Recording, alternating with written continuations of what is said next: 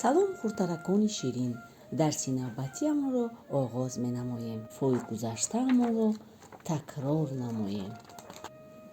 А, о,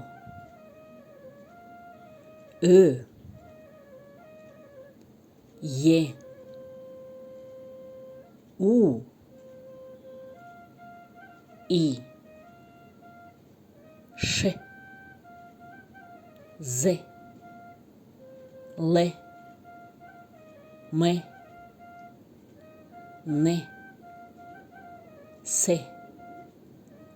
б, в, д, г, к, п, р, т, ф, х, غ. امروز ما با شما با حرف ق آشنا می‌گردیم. این حرف ق است. قی کلان، قی خورد. حرف ق در زبان تاجیکی حرف همصدا است.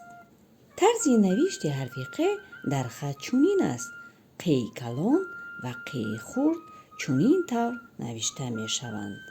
حرف ق رو در تخته صنف می نویسیم.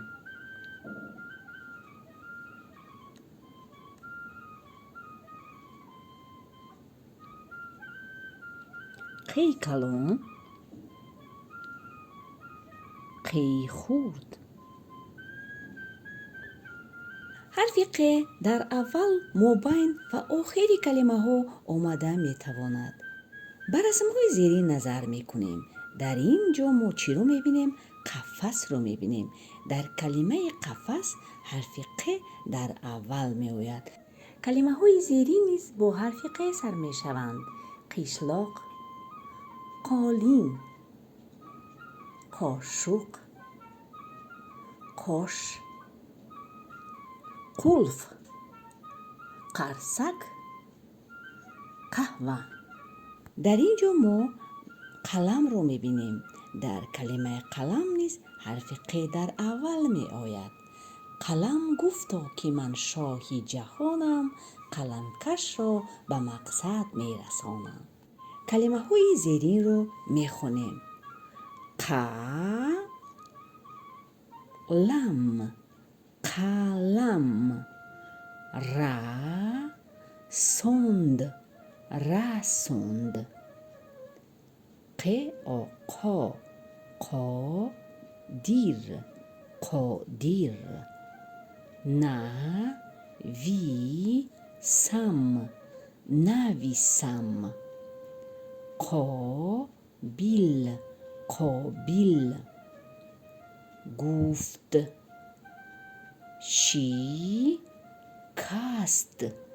شکست. تز، مدد، مدد. بیایید قابل می نویسیم: قابل،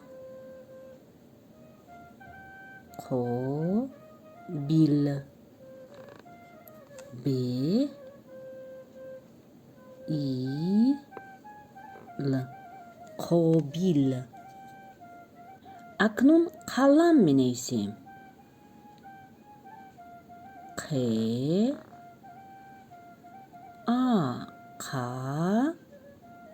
لم،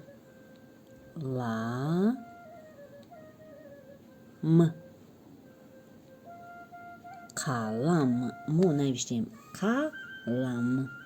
خواندن را دوام می دهیم: قلم، قلم. قابل، قابل. قادیر، قادیر.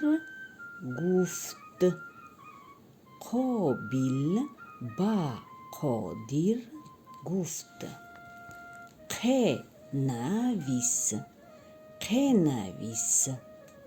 نوگی، نوگی. قلم، قلم شکست. نوگی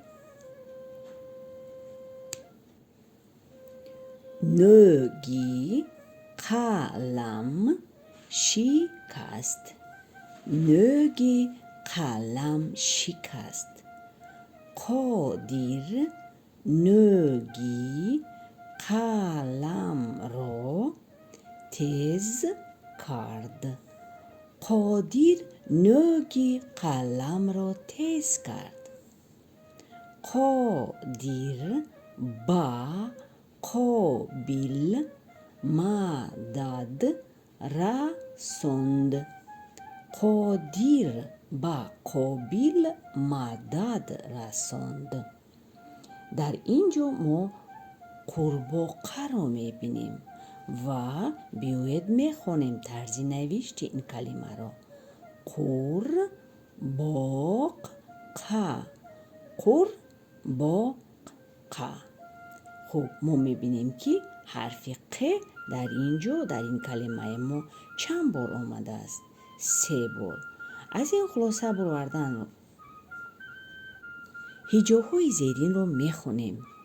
بیل، دیر، لین، قا. اکنون ما باید که با همین هجاها کلمه بسازیم. خب بیایید یک چند هجاها رو پیوست میسازیم. قادر. قادر. خب یک کلمه بساختیم. قالین.